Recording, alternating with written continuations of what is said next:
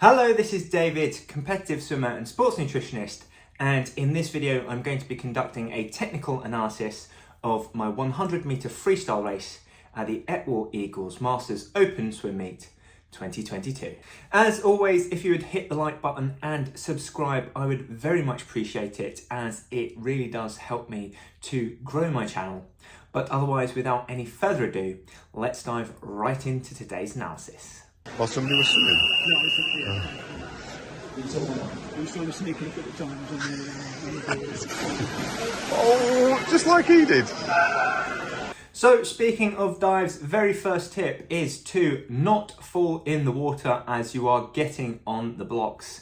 A very embarrassed me after that event. However, fortunately, the referees were very kind in letting me to continue. I'm not entirely sure whether I should have been disqualified or not. I don't think I gained overall any real advantage, as we still had a bit more of the process to go through to get to the dives. However, regardless, I am very grateful that I still got to swim and register a time regardless.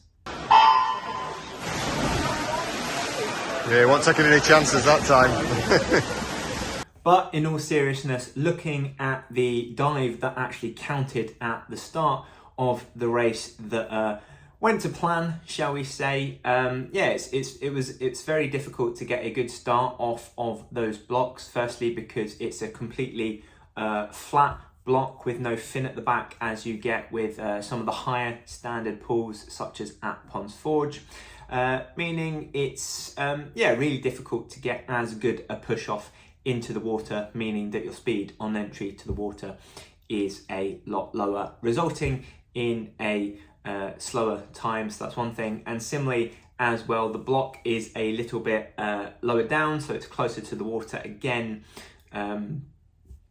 meaning that you hit the water a lot sooner in the process of the dive, meaning where you would otherwise be flying through the air and have less resistance, you're in the water, which slows you down, which means the dive is slow.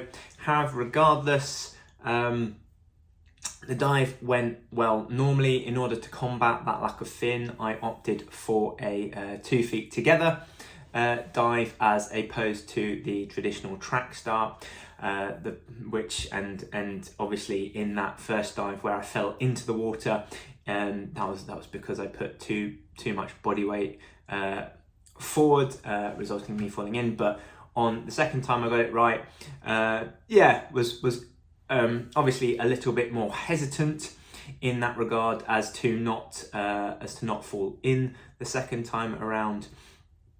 And it was an okay dive. Probably could have been a bit better had I been a little bit more risky. But I think the reasons as to why I was a little bit more conservative are obvious.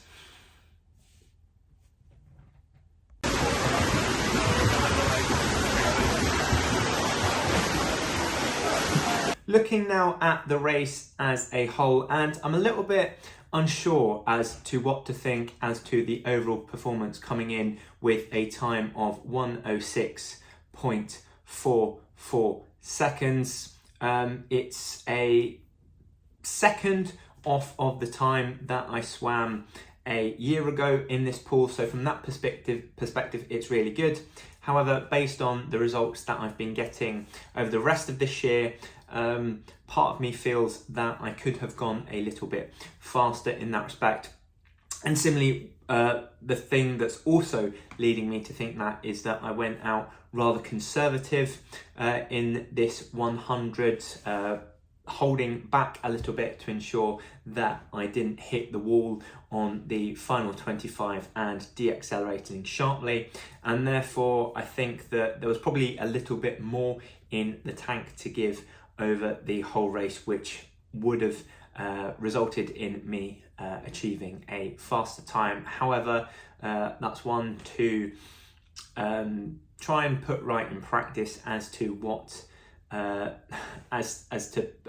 tweaking how quickly I go out and come back in to ensure that I am literally hitting the wall just as I hit the wall to finish, meaning that, you know, I die just as I finish the race, having given absolutely everything. I do think that my arm rotation could have been a lot quicker. This is something that comes up frequently, and with the guys that I train with, my arm rotation just isn't quick enough for a freestyle sprinter. So that's something that I've been working on over the course of last week, and yeah, have been relatively successful at getting better at it. So fingers crossed, that means better results are on their way. However, yeah, need quicker arm rotation, and especially hitting that last 25 with a lot more vigor and ensuring that I expend all my remaining energy going into the wall. So overall, I think that it was a relatively good 100 meters for me.